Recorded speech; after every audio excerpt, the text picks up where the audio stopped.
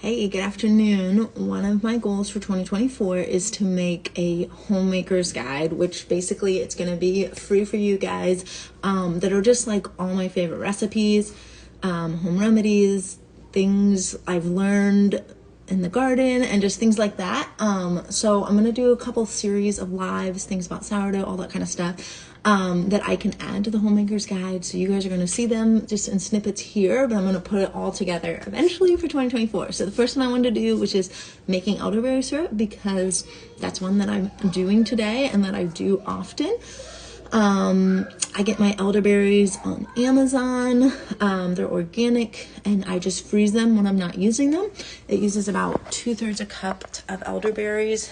If you can see that there.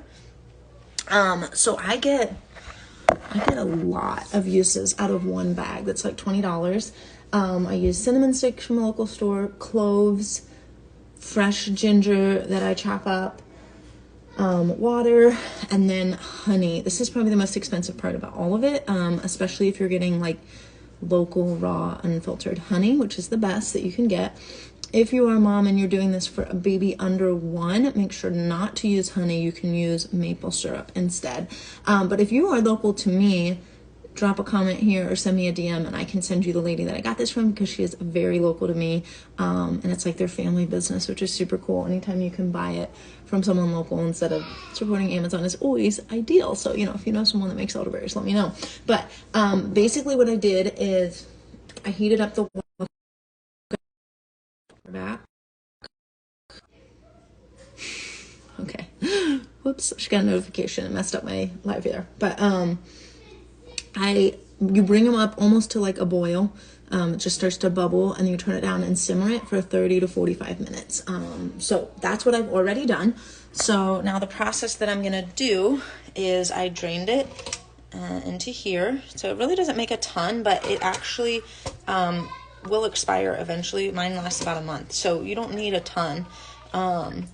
You can give this every day as just an immune booster. So right now I'm just smashing the berries to get all the rest of the juice out, but it's been sitting here cooling for a few minutes.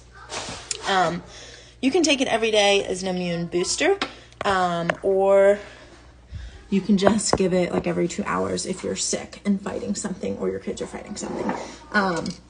But it is technically a fruit juice, so it will go bad after like a month or so, and we just store it in the fridge. But that is usually enough time. This only calls for 3.5 cups of water, so by the time I cook it down, that's what I have.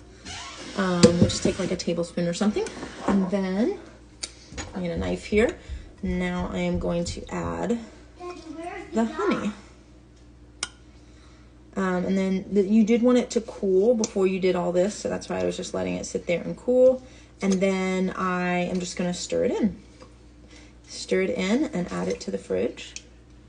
It is literally that simple. This honey, when it gets a little cold, it starts to kind of crystallize, which isn't necessarily a bad thing, but it's not as easy to work with necessarily.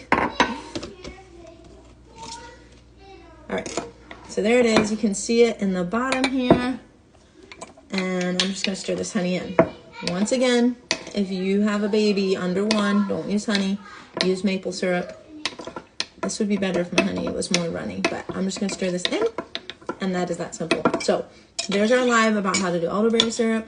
If you are local to me and want to leave with your own and kind of see it in person and learn more about other home remedies, I'm doing a homesteading event January 27th, 7 p.m. You guys are going to leave with a lot of good info, and my friend Katrina is going to talk even more about other home remedies that she makes. So this is a staple for our family. I was super intimidated to do it at first, like really was super intimidated.